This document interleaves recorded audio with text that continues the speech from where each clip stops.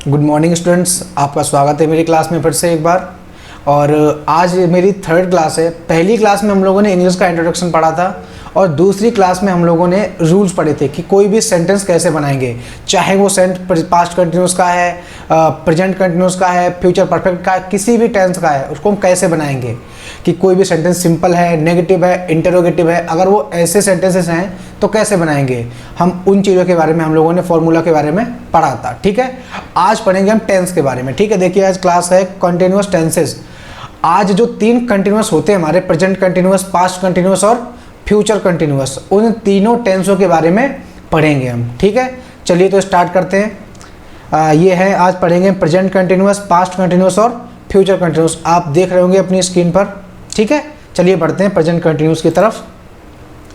पहला है हमारा प्रेजेंट कंटिन्यूस। देखिए, सबसे पहले हमें समझना होगा कि इस टॉपिक का मतलब क्या है। अगर हमें कोई भी चीज़ समझनी है तो उसके टॉपिक को पहले समझ लेते हैं। ठीक है, इसका टॉपिक का नाम है प्रेजेंट कंटिन्यूस। ठीक है, प्रेजेंट का मतलब होता है वर्तमान और कंटिन्यूस का मतलब होता है चलता हुआ। ठीक है, तो वर्तमान में जितने भी हमारे काम चलते हुए हैं उसके बारे में हम बात करेंगे। ठीक है, इसकी पहचान होती है रहा है, रही है और रहे हैं। मतलब वाक्य के अंत में रहा है, रही है और रहे हैं आते हैं। ठीक है, और इसमें हम is are am 3 helping verbs होती हैं, उनको यूज करते हैं। अब किसी से पूछो कि प्रेजेंट कंटिन्यूस क्या होता है तो बता देता है कि ये होता है, और बता देता है कि इज आर एम ये हेल्पिंग वर्ब्स होती हैं, यूज करते हैं। लेकिन हमारे पास 8 मेन सब्जेक्ट भी तो होते हैं और 3 हेल्पिंग वर्ब होती हैं, तो किसके साथ कौन सी यूज करनी है वो मैं आपको बता रहा हूँ। ठीक है, इसमें ही, सी, इट, नेम, देखिए ये 4 सब्जेक्ट है हमारे पास। इनमें हम इस हेल्पिंग वर्ब यूज करेंगे और प्लस वर्ब में आईएनजी लगाएंगे। क्लियर। यू, बी, दे ये हमारे प्लूरल माने जाते हैं और इन तीनों के साथ में हम आर लगाएंगे प्लस वर्ब में आईएनजी लगाएंगे। ठीक है, और एक होता है हमारा आई, जो कि हम अपने आप को इंडिकेट करने के लिए बताते हैं, उसमें हम एम का यूज करते हैं। ठीक है, ये बड़ा कॉमन सा है। I am going, I am learning, I am teaching, I am studying, this type of sentences we speak every time. Okay, आगे देखते हैं, इसके कुछ एग्जांपल्स देख लेते हैं। जैसे Rahul is doing work. Rahul एक नाम है, सिंपल सेंटेंस है, तो सिंपल सेंटेंस क्या बोलता है, आप लोगों ने पहले क्लास में पढ़ा होगा फॉर्मूले में। जो सिंपल सेंटेंस है वो बोलता है सबसे पहले सब्जेक्ट लिखना है। अब सब्जेक्ट क्या है, राहुल। अब राहुल हमारा एक सब्जेक्ट है, एक व्यक्ति है ना, तो एक व्यक्ति के साथ में क्या लगाते हैं, इज। इसमें क्या बोला, ही, सी, इट, नेम। अब राहुल हमारा एक नाम है तो क्या लगाएंगे, इज। फिर आएगा वर्ब, वर्ब क्या है, डू, और डू में लगा दिया आईएनजी, डूइंग हो गया, और फिर लिख दिया वर्क। इसको हम ऐसे भी लिख सकते हैं कि राहुल इज वर्किंग। ठीक है, राहुल काम कर रहा है, इसको भी ऐसे कर सकते हैं हम। ठीक है, अगला देखते हैं, Sita is not singing songs. Sita गाने नहीं गा रही है, ये नेगेटिव है। ठीक है, तो वही सबसे पहले सब्जेक्ट आ गया, फिर हेल्पिंग वर्ब, फिर नॉट, फिर वर्ब, फिर ऑब्जेक्ट। ऑब्जेक्ट हालांकि जो बचता है वो हमारा ऑब्जेक्ट होता है। ठीक है, आगे देख लाइट में पास्ट कंटिन्यूअस। ठीक है, पास्ट कंटिन्यूस का मतलब क्या होता है, पास्ट कंटिन्यूस का मतलब होता है कोई भी काम भूतकाल में चल रहा था। ठीक है, कोई भी काम भूतकाल में चल रहा था। ठीक है, अब देखते हैं इसकी पहचान क्या होती है। प्रेजेंट कंटिन्यूस की पहचान थी रहा है, रही है और रहे हैं, और पास्ट कंटिन्यूस की पहचान होती है रहा था, रही थी और रहे थे। इसमें कोई भी काम वर्तमान में चल रहा होता था। क्लियर, कंटिन्यू चल रहा होता था, भूतकाल में, कोई भी काम भूतकाल में चल रहा होता था। ठीक है, सॉरी मैं मिस्टेक। आगे देखते हैं, इसकी पहचान होती है रहा था, रही थी और रहे थे। ठीक है, इसमें ही, सी, इट, नेम और आई, इन पांचों के साथ में verb plus was plus verb में आईएनजी लगाते हैं। ठीक है, और यू, बी, दे इन सब के साथ में वर्ब प्लस वर्ब में आईएनजी लगाते हैं। Clear, he, she, it, name के साथ और आई, इन पांचों के साथ में was plus verb plus I N G, you, we, they इन तीनों के साथ में वर्ब प्लस आईएनजी।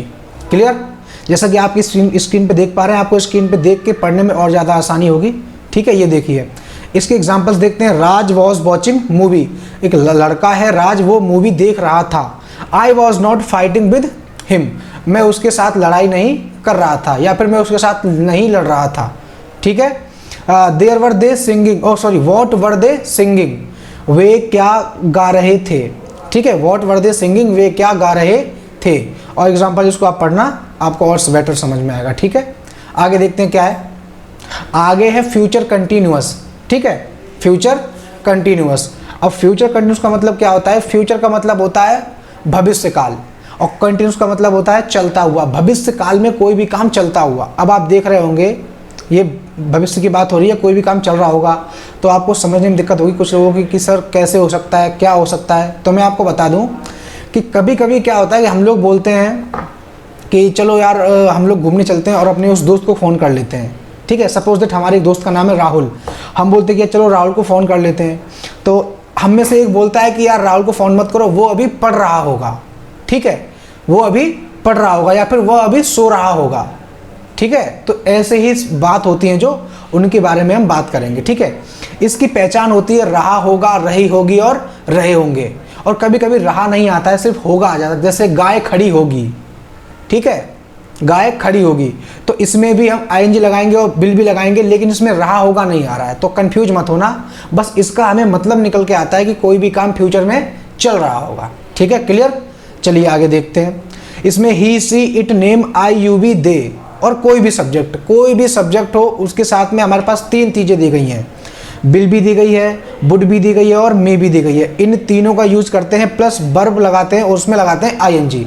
देखिए कुछ लोग बोलते हैं सर वर्ब की कौन सी फॉर्म लगाते हैं, तो वर्ब खुद ऑलरेडी अपने आप में एक फर्स्ट फॉर्म होती है। वर्ब की फर्स्ट फॉर्म नहीं होती है, वर्ब की सेकंड फॉर्म होती है, ठीक है। वर्ब खुद एक फॉर्म होती है, वर्ब की सेकंड फॉर्म होती है, फिर उसकी थर्ड फॉर्म होती है और फिर उसकी आईएनजी फॉर्म होती है, ठीक है। क्लियर, तो बिल भी plus verb plus ING, would भी प्लस वर्ब प्लस आईएनजी और मे भी plus verb plus ING. Clear, ये इतना समझ में आया। आगे देखते हैं इसके एग्जांपल्स है ही will be reading a book.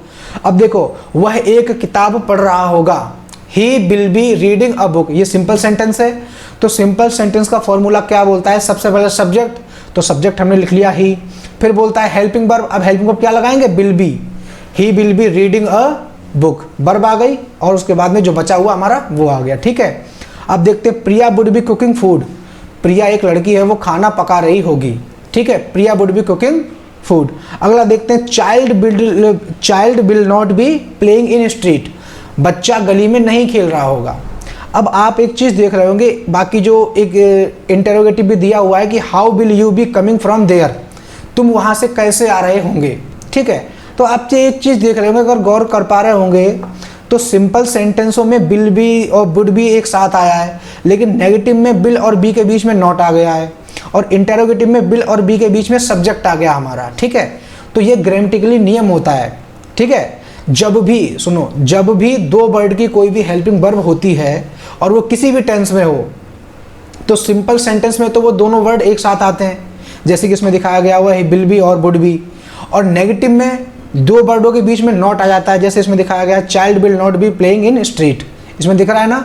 और इंटरोगेटिव में दोनों वर्डों के बीच में सब्जेक्ट आता है, और अगर इंटरोगेटिव सेंटेंस हो, इंटरोगेटिव नेगेटिव हो, तो उसमें सब्जेक्ट के बगल में नोट भी आता है, फिर भी आता है, मीन्स दोनों वर्डों के बीच में सब्जेक्ट प्लस नोट दोनों आते हैं, उसके बाद जो बचा हुआ होता है वो आता है, ठीक है। तो इसके एग्जाम्पल्स दिए हैं, इनको पढ़िए और इनके कुछ प्रैक्टिस करिए और आपको अच्छे समझ में आएगा। और आपको अगर कोई भी क्वेरी है किसी भी प्रकार की तो उसको कमेंट करिए, मैं उसको पढ़ के आपको समझाने की कोशिश करूँगा, ठीक है। Thank you so much. आज की क्लास यहीं पे समाप्त होती है। Thank you so much.